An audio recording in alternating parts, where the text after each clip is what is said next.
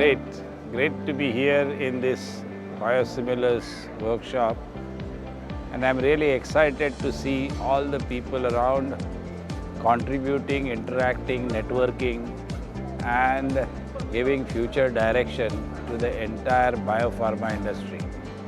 And I feel happy that ICT is able to make an active contribution and take a leading role in arranging such meetings where all scientists, entrepreneurs, startups, the entire ecosystem responsible for the growth of biopharma industry in India has come on a common platform and sharing their ideas and views.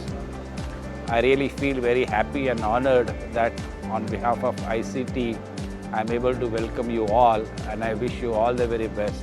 Have a good time in the conference. Thank you.